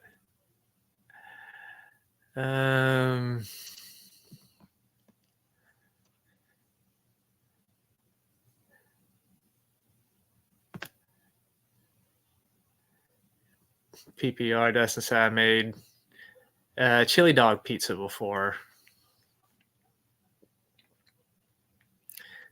Bean pizza is not good. Not everything should be made into a pizza. Oh gosh, no, the worst, and it still makes me gag, the worst thing was a pizza burger. But what they had done is they had made like an actual hamburger, and then inside of the burger was like pepperoni and pizza cheese and sauce. Interesting. It was so gross. Like you bit into it. It was like, I don't know. It was like gum. I mean, that's how. Ugh. PW's volunteering me to eat bean pizza. Let's see how the Bethany's tuna fish ice cream cone goes. I didn't make that, and I wouldn't. That's disgusting. We shall see. Oh, well, baby, I don't have anything else for tonight. All talked out. Well, I'm trying to think. Next week, 2024, first episode of Southern Discomfort for 2024. We will be going. We're still in the 13 gates of the Necronomicon. So we'll be going through that. And then Thursday's show, we will be going through the Trumpets again. And then Friday, Dustin spearheading the Friday show. We're going to be talking about the Thomas House experience. Tomorrow or next Friday? Next Friday, the 5th of January. Good, because I will be. Yeah, unless Dustin has something else planned, this may be the last show of 2023. Unless we come up with something else to do before the end of the year. Well, actually, I have a question for everybody in chat and for you. What's everybody's, no butt crack for me. What's everybody's New Year's plans? Chocolate sardine cream cheese head cheese Braunschweiger no, jeez, Dustin. Gosh, you pick like the worst. Ugh. All right, so everybody's New Year's Eve plans. I'm blowing stuff up with fireworks. I'll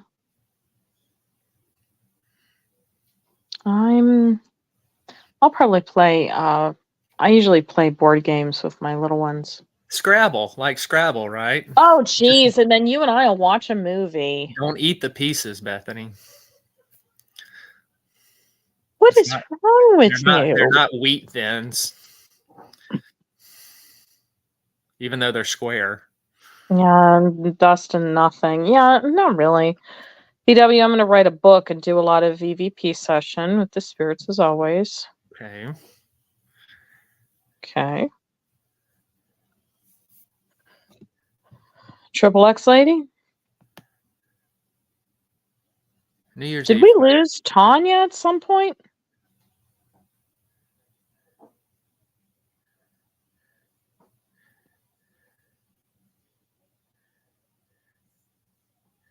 Yeah, I haven't seen her in the chat in a while. I haven't either. I think she... Yo, baby, yo, baby, yo, baby, yo.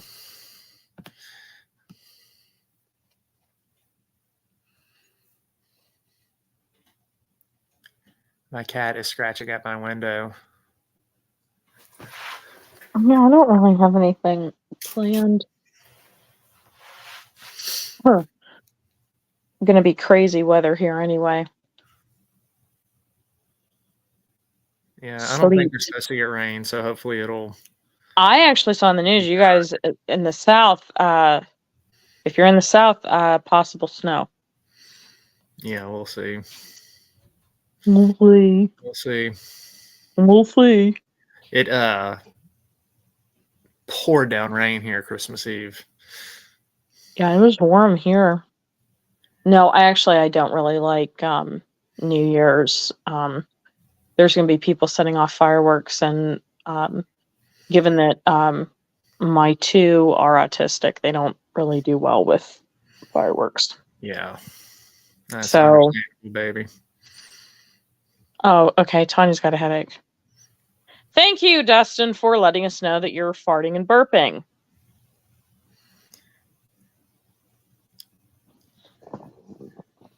Good to know that you're just tooting away. It's raining here. Yeah, I liked I miss being in Texas when it's rainy and cold. I don't ever remember it being too terribly cold. No, but I kind of liked those nights. They were a rare treat. It was real quiet. Dustin asked you, send him a voice clip. Do you want him to send you a voice clip? I guess. Maybe.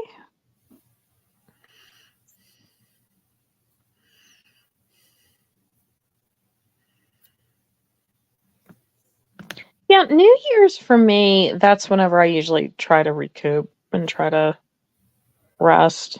As, school, work.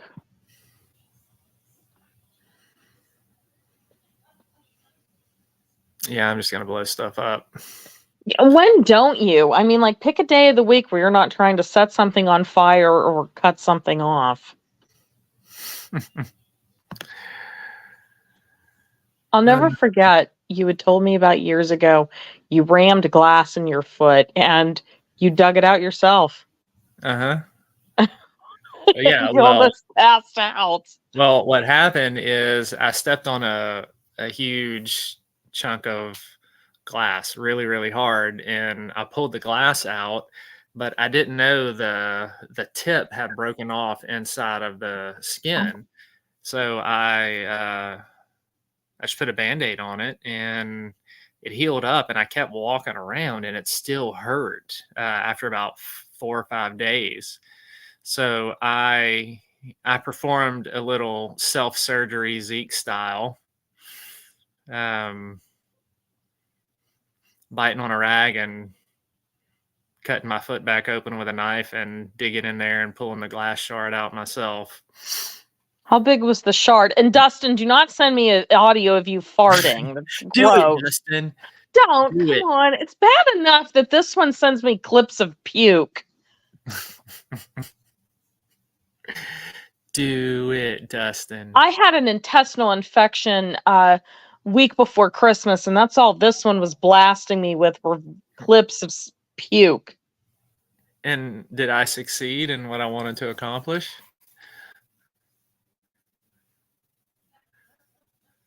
I'm giving you the answer, but I can't put my camera on or else we will get flagged. Oh, that means I'm number one, and that's a big yes. So how big was the shard of glass you dug out? It was tiny. It wasn't very big. It's funny how something that small can ruin your day.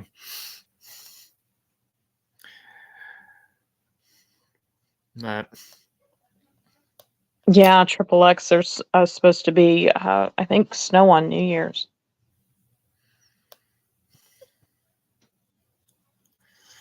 hey, the real DJ, welcome. Mm-hmm. Cheers to you. Absolutely. We need to. So what are we going to watch on New Year's? I don't know. I know we did the one New Year's horror movie. How come they don't have very many New Year's horror movies? Just not a lot of them. Now there's a few from the 70s and 80s that are that real B movie type that we can watch that we like. So we can watch some of those New Year's. You realize you and I didn't really watch too many horror movies, like Christmassy ones this year. Christmas horror ones. Well, tonight we have to watch Mass Mutilator. Is that the wrestling? That's the one I'm Yeah. doing a review on for Mixed Alternative Magazine. Well, as soon as we hop off, we can go ahead and start the movie because Yeah. I'm under that deadline, so I'm trying to finish. Okay. Well, yeah, we will go ahead and wrap it up here.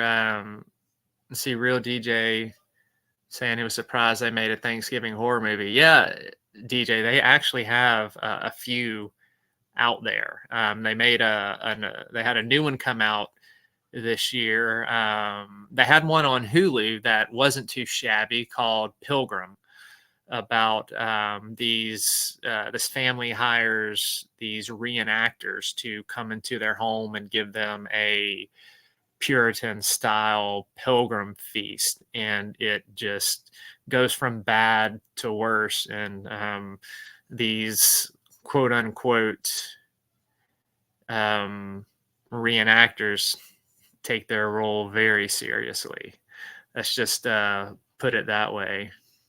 Yeah, DJ, it's worth it. It's pretty good. You also have some really fun B movies like Poultry. Well, Poultrygeist is not Thanksgiving; it's more chicken. But you have Thanksgiving, and there's a couple more. There's one called Christie that takes place during a Thanksgiving break, and a girl stays at her college and during break, and she is stalked by a killer. That one is a pretty good one. But yeah, not too many Thanksgiving horror movies, not too many New Year's horror movies. Yeah, not like there's only like one, maybe two New Year's movies I can think of. I think isn't there one Jamie Lee Curtis? They're on a train. I think that's at New Year's. Yeah, Terror Train. And then the other one I think is New Year's Eve. That's a slasher movie. Yeah, New Year's Evil. Yeah, that's the one. It has the movie poster is awesome looking. Yeah, there's several of them. We could, Dustin, the next couple days, I could get some New Year's horror movie recommendations, and we could do a quick stream on that for anybody looking for stuff, because I know there's more that I've seen. I just have to go. Those are the only two that are coming to my mind. Yeah, there's a few more. There's a good handful full of them. There's enough to get you through New Year's Eve. Hey, Izzy. Welcome. Well, and Valentine's Day, because that's the next holiday coming up. Yep. There's a few. My Bloody Valentine, Yeah. Valentine's Day, Valentine. Yeah. Not too many about Easter though. No, there's some like rabid Easter bunny ones and murderous Easter bunny ones. Are there? I know there's like Well, two and that I. Critters is technically Yeah. an Easter movie. Oh man, I remember that as a child when the guy was eaten through the costume. I thought it was horrible. Critters is an Easter movie, yes. Yes, it is. It's horrible. It's like the Die Hard. It's the Gremlins of Easter movies. Yeah. Because Gremlins is a Christmas movie. Yeah, Critters is great. Kill Kreitz. Mm-hmm. Well, y'all, we are going to go ahead and wrap up for tonight. For those of you just coming in the chat, be sure to go back and rewatch. Earlier, we got into the heart of our discussion on the Seven Trumpets. We also talked about a bunch of different other things and stuff that we've got coming in 2024. So be sure to check that out. Why don't we, Dustin, are you okay with doing a stream here in the next couple days on New Year's horror movies? We could do that, and we could end the year with that. What, do it on New Year's? No, just to do it in the next couple days before New Year's. Give people some time to look up the movies. Well, there's only 2 days until New Year's Eve. New Year's Eve is Sunday. Today's Sunday, right. Thursday. Yeah, so we're gonna do it Friday or Saturday. So tomorrow, or the Tomorrow day and after tomorrow. Saturday. In the next couple days, is what I said. When I think couple days, I think 2 to 4. Couple means two. A couple is two people. Me and you are a couple. Words have meaning, Blondie. Well, again, it can be 2 or more. A couple. I'm gonna look that up. Go look it up.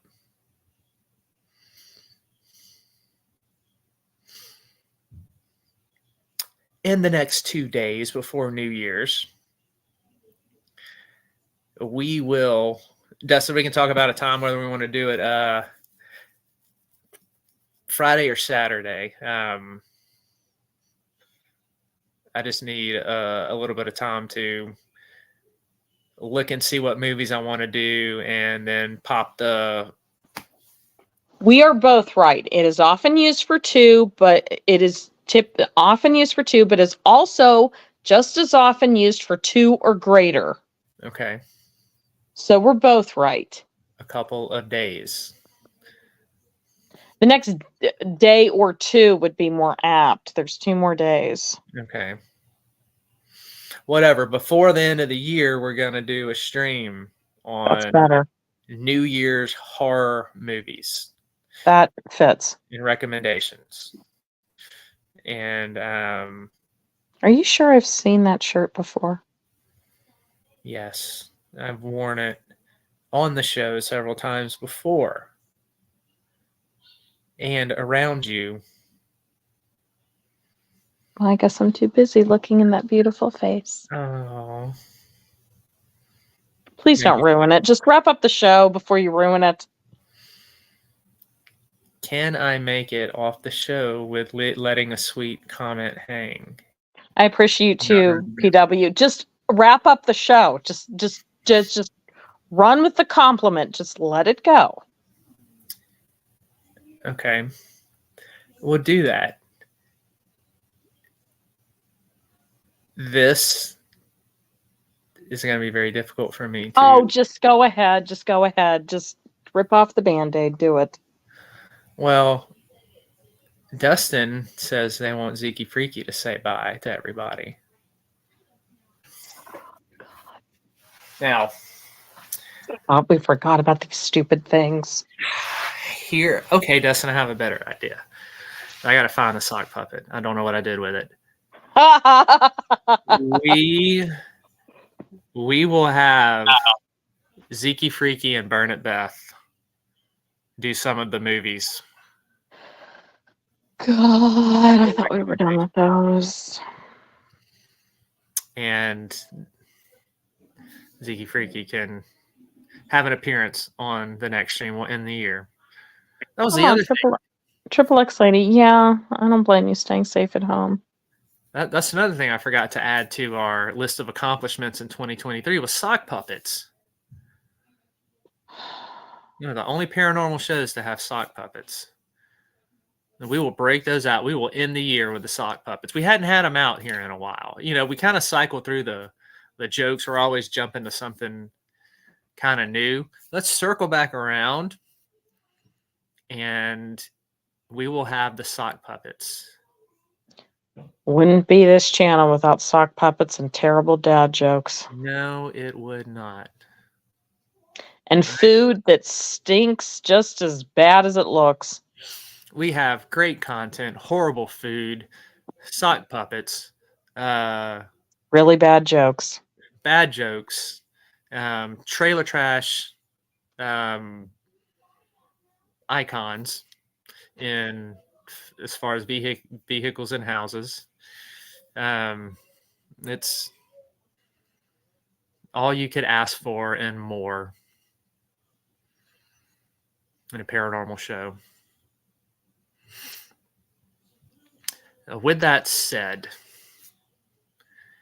thank you for your sweet comment, Bethany. I did not ruin it. I take the compliment and greatly appreciate it. And it's taking every ounce of self-control in me to leave it hanging at that. What would you even retort it with? I'm not even going there because if I go there, it's going to come out my mouth. And then I'm going to ruin the sweet moment that you and I had. Oh, just ruin it. Come on. No. You realize that you're ruining it by not ruining it. Well, okay, then I ruined it then. I don't even have to try and I ruin it. There we go. Doesn't matter. I'm going to pee all over it anyway. I No know. matter what. So we will be back before the end of the year to give you some New Year's horror movie recommendations that you can watch to end your 2023 on a great note and ring in your 2024 on an even better note by watching some New Year's horror. So thank you, Bethany, for being up here with me. Always. Thank you, everybody who joined us in chat. Thank you for listening to my rambling teachings, as Bethany calls them. And, You are never going to let me live that one down. I'm waiting for you to end one of the shows with the song Ramble On by Led Zeppelin. Yeah, we got to pay for that crap, though. Oh, yeah, that's right. They're one of those bands. Mm-hmm. So, but thank you, everybody in chat, for supporting us and being here each show. Y'all made it for a great 2023. And yes, Dustin, the road to 2024, 3,000 subscribers is what we're going for. So we are going to end it like we do every show with the inspirational video that Dustin has made. And we will hopefully see y'all all back here either tomorrow or Saturday to give you our New Year's horror and close out the year. So thank you again, everybody. Thank you, Dustin and Tanya, for hanging out and being in the chat. Thank you, everybody, for participating. Thank you, Blondie, for being by my side. I appreciate it, baby. You bet. You got And any? everybody in chat, yeah, Ohio's going to be hit, possibly in the south. So watch the weather. Stay safe out there. And you all make the show possible. Sweet dreams. All right. Good night, everybody. Is this what giving up feels like? I don't know, I don't know. Tell me, have I lost my mind? Nowhere to go, so far from home. Is this what giving up feels like? I don't know, I don't know. Tell me, have I lost my mind? So I break these walls and hold my head up high.